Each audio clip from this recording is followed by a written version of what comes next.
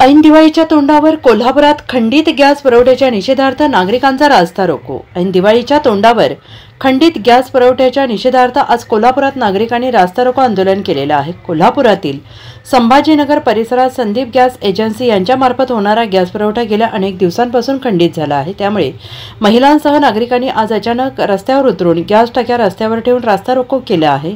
दरम्यान याच मार्गावरून कागल दौऱ्यासाठी निघालेल्या आमदार राजेश क्षीरसागर यांनी आपला ताफा थांबवून संबंधित आंदोलनाची माहिती घेतली। यावेळी नागरिकांनी गॅस पुरवठा झाला नसल्याने तीव्र भावना आमदार क्षीरसागर यांच्यासमोर व्यक्त केल्या।